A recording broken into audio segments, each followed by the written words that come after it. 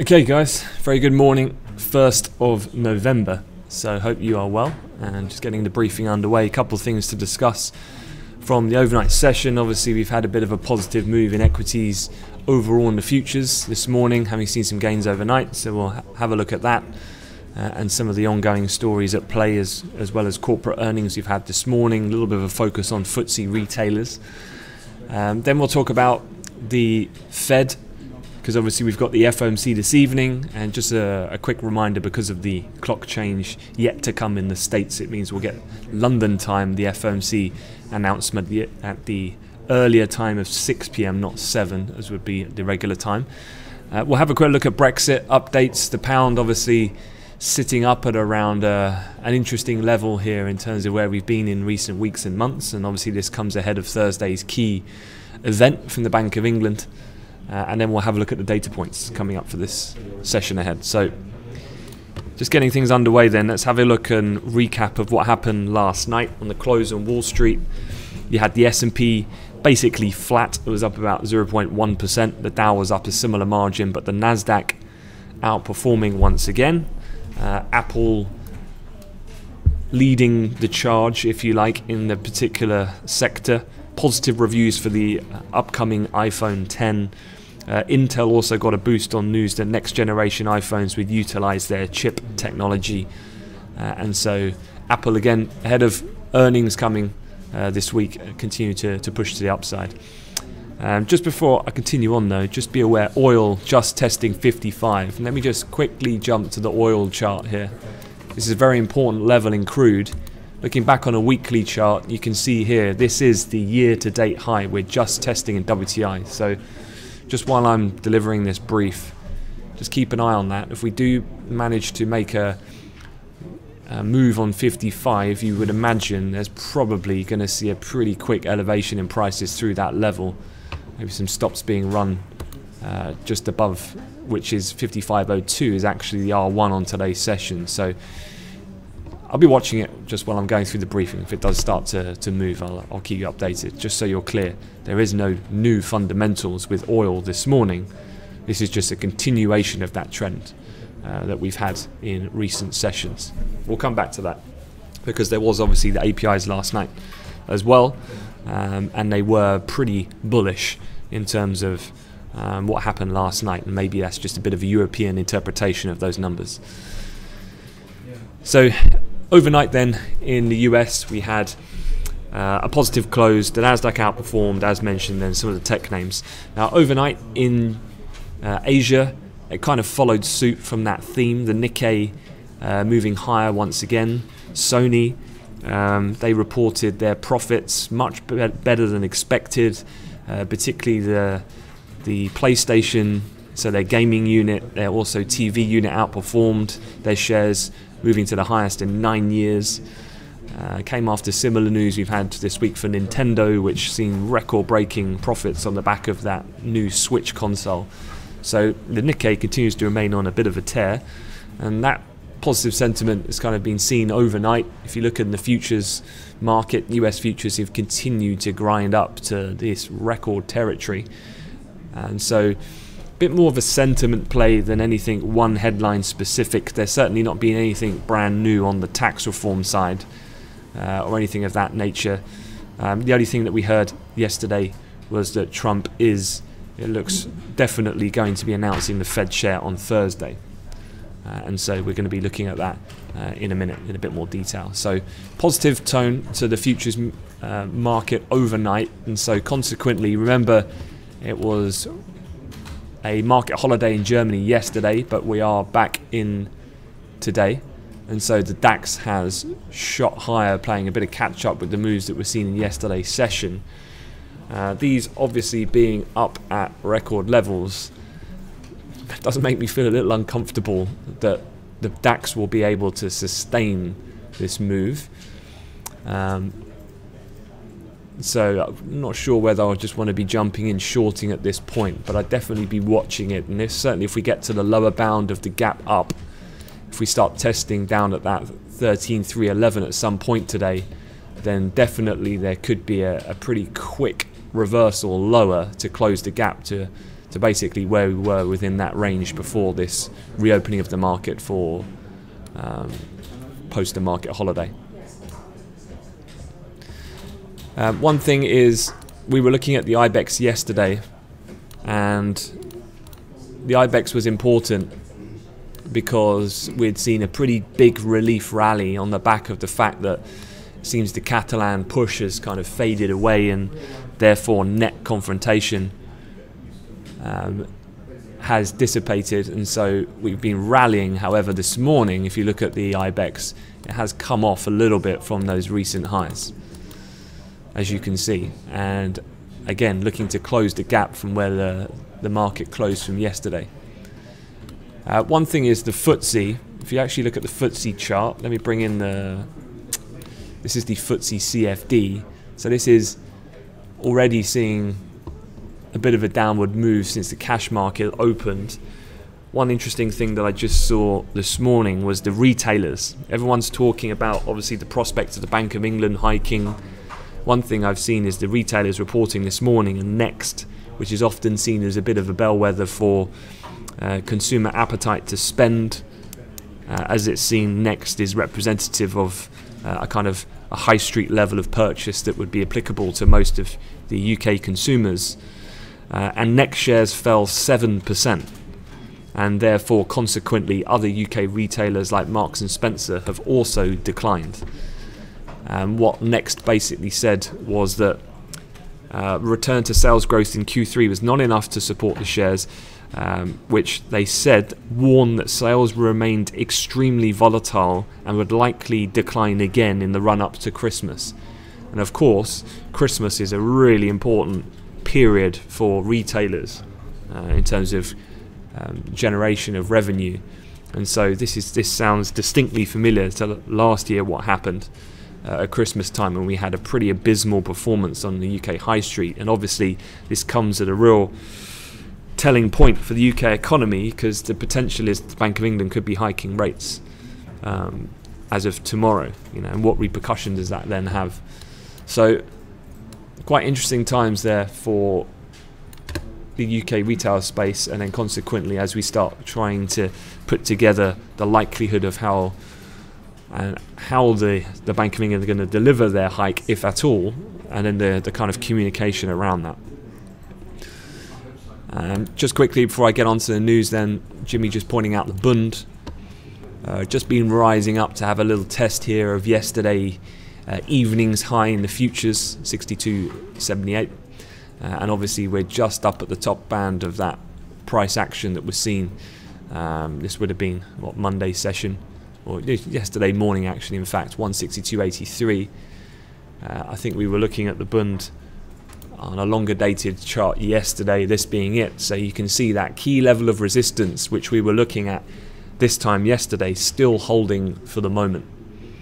And so that's definitely a level which I know some of you guys who are trading that instrument will be looking at quite closely, going all the way back to late August, mid-October, to where we are at this present point, 1st of November now.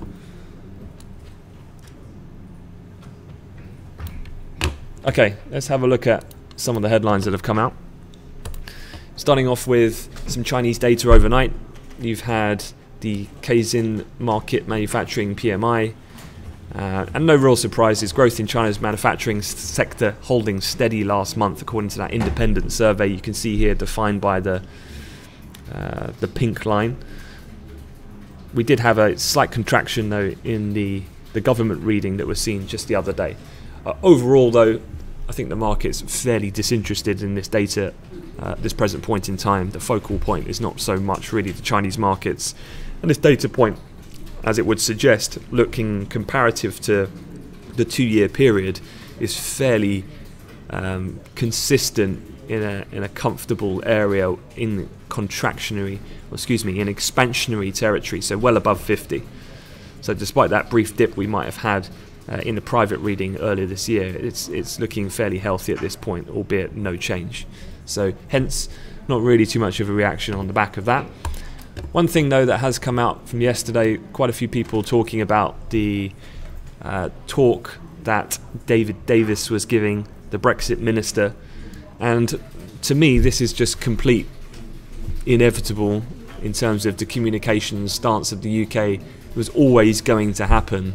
David Davis hinting that he is expecting to compromise when it comes to the Brexit bill, and that actually he said himself that the EU will come off better in the short term, basically because of the amount of money that the UK is going to have to give them. So I think this is completely unsurprising, but I guess from a short-term market kind of sensitivity and sentiment point of view, I guess it helps the pound in regards to that they're not playing this kind of cliff edge game.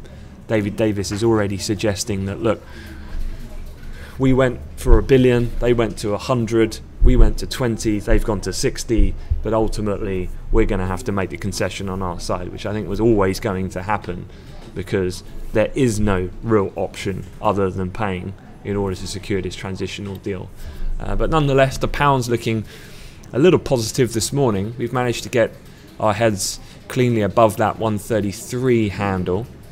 I think I'm just looking at a longer time frame here for cable, and obviously an area to watch if we did continue to move on the upside short term today ahead of the Bank of England. Then you've got the October 13th high seen at 133.63 in the futures. Let me just change my chart so you can see.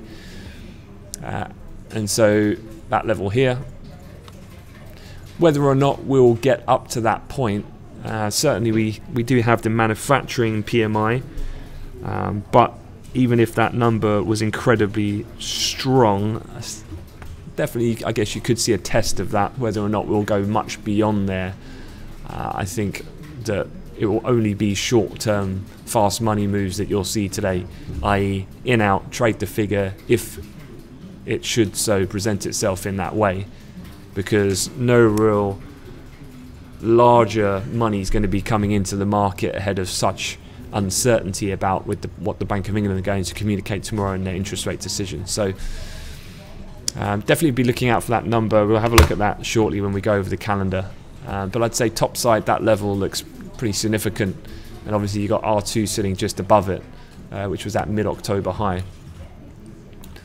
Let me just take my chart out a bit further. You can see that mid-October high here.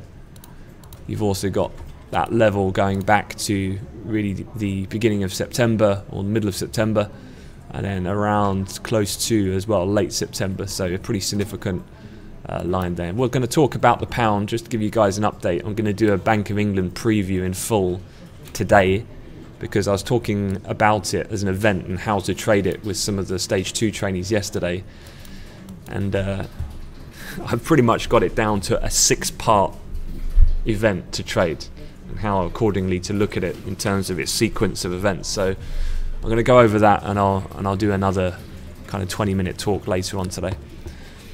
Okay, other things we're looking out for, of course, today is, before we get to the Bank of England, we've got the FOMC. But I'm afraid, as we were talking about yesterday, the FOMC is a bit of a non-event. Why? Because no one's expecting anything today, because the Fed have telegraphed that it's December when the hike is going to come. And obviously these alternate meetings, i.e. the ones which are just an announcement and statement, there is no projections, there is no press conference this evening. It is a one and done 6 PM release. And so, you know, are they going to greatly change the communication? I doubt it. Are they going to definitely lay a hint towards December? Probably not. They'll just continue to keep the same rhetoric that means that December is going to be the opportune time for them to hike rates. Again, they won't want to completely pre-commit, because central banks very rarely do that, if ever. So I'll stick around, I'll cover that, and I will definitely keep you informed at that time. I'll give you a brief rundown. We'll cover that later this evening. The bigger reason why this is not just because of the timing of December, is because of this. The Fed chair drama has stolen the limelight from the FOMC, and I 100% agree with that. I think the market is really not interested in this Fed meeting. What they are interested in is Donald Trump yesterday said he's going to announce the Fed chair tomorrow. No set time. I've had a couple people ask me already, how do I think that Donald Trump's going to break this news? And I guess the first kind of assumption is he'll probably tweet it, but I actually think not. I actually think his strategy here in terms of timing will be he won't give a set time. He will then tweet and say something along the lines of, I've got a really big exclusive press conference, stay tuned, it's going to be awesome. Something like that. And then I would imagine he will then hold a press conference which he'll then deliver the actual announcement. So the way I'm thinking it will come down is that actually he's going to really G it up because that's just his style. So I'm just taking off the way he tends to communicate. Alright, just a quick look back to oil here. You can see, just as we were saying, if we break that 55, that level, remember that weekly high, we're going to see a decent move, and you've just seen that in crude. Spike through 55, straight to 55.22. So these are right on year to date highs now in WTI crude.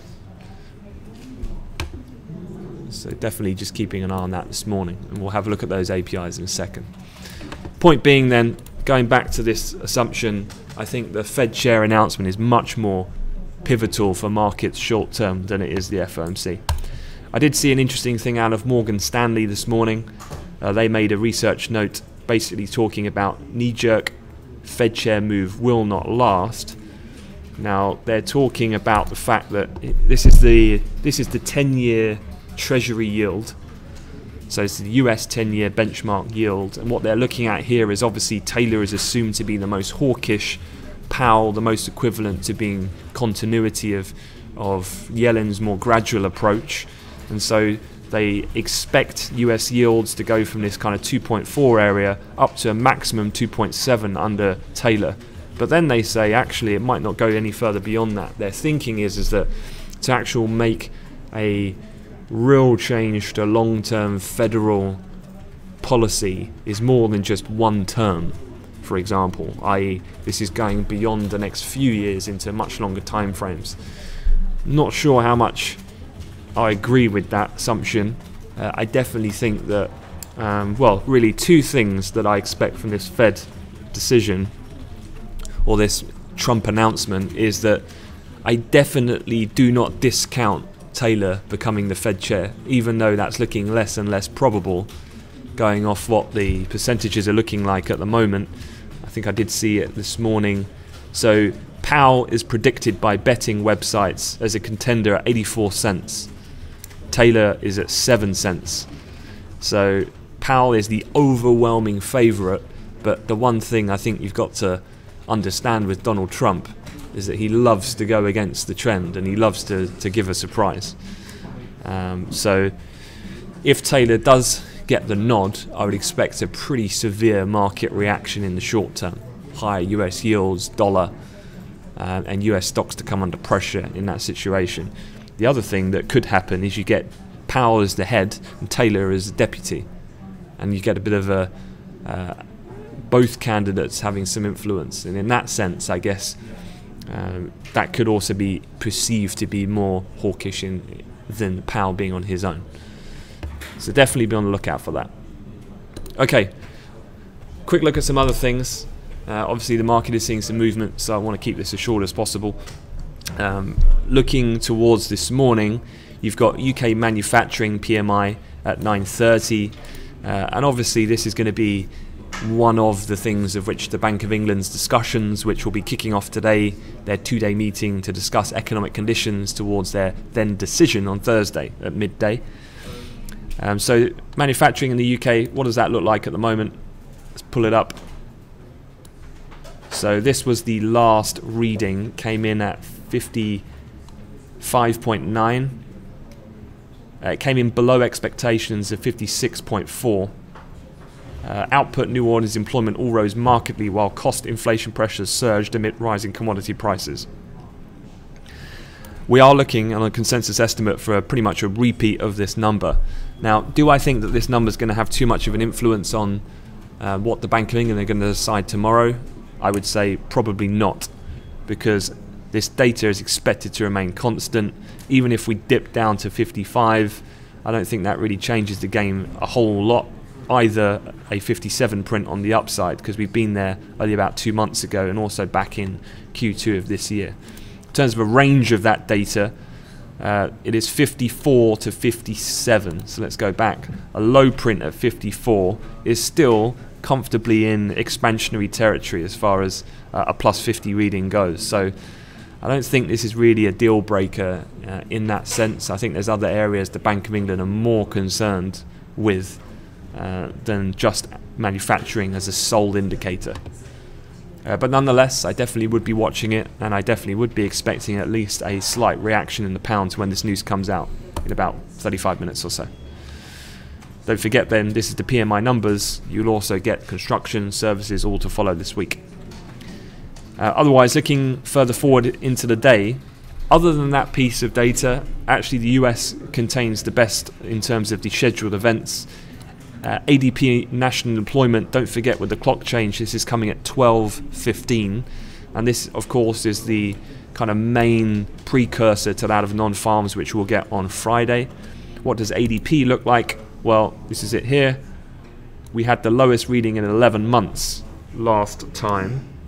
If you remember last month, it was 135,000, expectations were for 125,000. And in terms of expectations for today for ADP, we're expecting a jump back to 200,000. So obviously some of these, so this is July, August, September. Obviously this starts to factor in the hurricanes that occurred during that period. This is obviously non-farms when we printed that below minus 30,000 print. So we are expecting a pop back to 200 now that that weather system is kind of passed out of the data. So ADP is key. Be careful of the revision of that. Often comes out a few seconds delayed after the initial headline reading. We then go into ISM manufacturing. This, looking at that figure, ISM manufacturing has been on a bit of a tear actually. It was the highest reading since May of 2004 last time. Exceptionally strong. If you think about the US at the moment, you had consumer confidence yesterday, US consumer confidence, a 17-year high. Manufacturing in the US, the highest since 2004. You know, these data points are at extremely elevated levels, and so hence the reason why the Fed, I think this evening's meeting is a bit of a non-event, because it's just, look, let's get this meeting done. We're on course conditions wise to just do the hike when it comes in time in mid-December. Then you've got the DOE crude oil inventory numbers. They'll be coming out later on this afternoon. This will be at 2:30. Don't forget, not the usual time of 3:30. Let's have a quick look at the numbers that came out last night, so it might go some way to explain why oil's had this last little push above to make fresh year-to-date highs. That's because last night we had an API crude drawdown of just over 5 million. Expectations were for a draw of 1.3 million, so much more bullish on the headline. Drawdown of about 250,000 in Cushing, a drawdown of 7.697 million in gasoline. Expected was a drawdown of 1.5, and distillates a draw of 3.1 million. So across the board, bullish data coming in the backdrop of this pretty strong trend high we've had in crude, on the back of this continued promise that the big players in the market like Saudi and Russia continue to suggest they're willing to be on board for another extension to the OPEC deal, which of course is going to happen at the end of this month. You know, the time's getting close now to that OPEC meeting as well. Economic indicators in the US obviously improving, showing signs of continued economic growth. These are all some of the positive things I think that are all playing out and helping in terms of the crude market, as well as technically now at these levels. Other than that, that's it. So earnings wise, ones to look out for. I mean, this will be after market, but you do have Facebook. So some of these FANG stocks, sentiment, kind of tech related ones that tend to be quite sensitive to market sentiment. You've also got Qualcomm as another big company. For any of those single stock pickers, Tesla could be quite interesting as well. But that's pretty much it. So going to leave it at that. In summary, you've got UK manufacturing then coming up past the hour. Definitely keep an eye on that. But otherwise scheduled, you've got ADP national employment 12:15, ISM at 2 o'clock, and then oil inventories at 2:30. They're kind of your sweet spots. Not really expecting anything from Trump on the Fed chair until tomorrow. However, he is continuing to try and push forward this tax reform situation. So any further communication on that certainly will need to be monitored, because it can be influential for the market in an immediate fashion if there's any developments on that regard.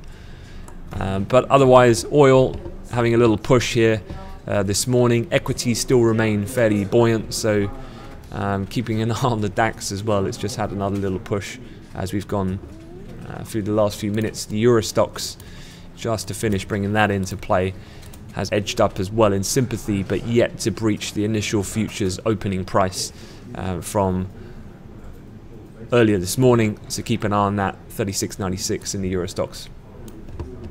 Okay guys, 9 o'clock coming up, so I'll leave it at that. Have a good day.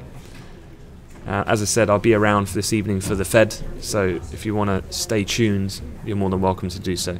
Have a good day.